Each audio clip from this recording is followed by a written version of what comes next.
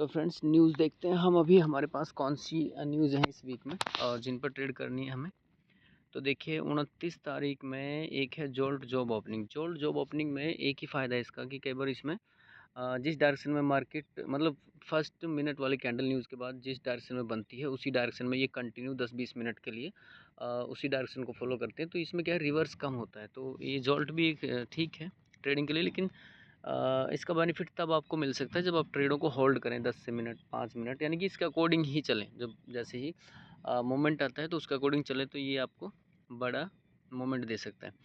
उसके बाद देखिए 30 तारीख में AUD CPI क्वार्टरली न्यूज़ है, और क्वार्टरली न्यूज़ जो भी है उसको अवॉइड नहीं कर सकते क्योंकि क्वार्टरली न्यूज़ में मोमेंट आने के चांसेस होते हैं। तो AUD जो है इसकी क्वार्टरली न्यूज़ पहले भी इसमें बड़ा मोमेंट आता है। अब जैसे ये 7:30 बजे आती है, यानी कि अब भी 7:30 बजे है, 7 बजे करेक्ट, तो एक बड़ा मूवमेंट के चांसेस हैं। और पिछले 3 महीना पहले ये न्यूज़ में उतना मूवमेंट नहीं हुआ था, तो इस बार क्वार्टरली न्यूज़ है तो इसको भी हम लोग देखेंगे। और सबसे इम्पोर्टेंट जो डाटा रिलीज़ होगा वो है NFP का।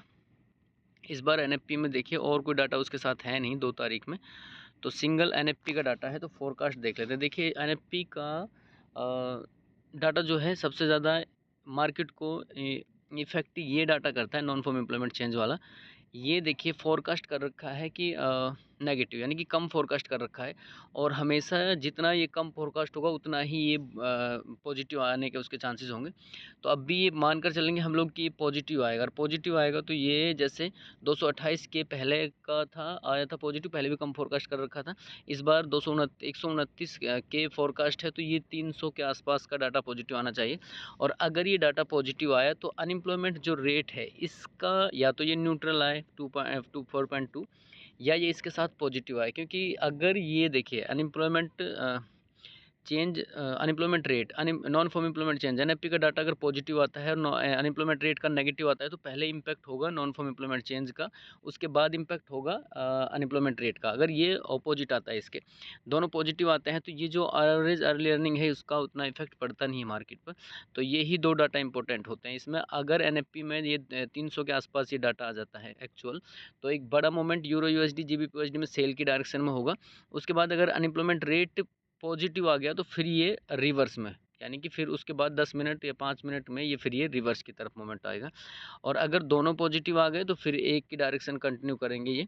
तो NFP जो है वो इम्पोर्टेंट है इसलिए क्योंकि इसके साथ पहले कैड का कई महीने से कैड का एम्प्लॉयमेंट चेंज इसके साथ आ रहा है, उस वजह से इसमें मोमेंट हो नहीं रहा। और अब ये सिंगल है NFP, इसी का अपना डाटा है, तो इस बार इसमें चांसेस हैं कि बड़ा मोमेंट देखने को मिले।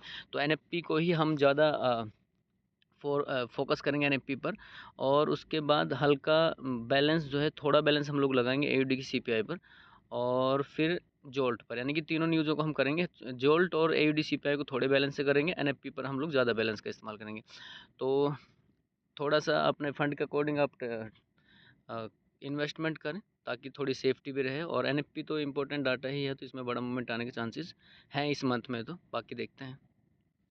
चैनल पर नए तो चैनल को शेयर करें, सब्सक्राइब करें।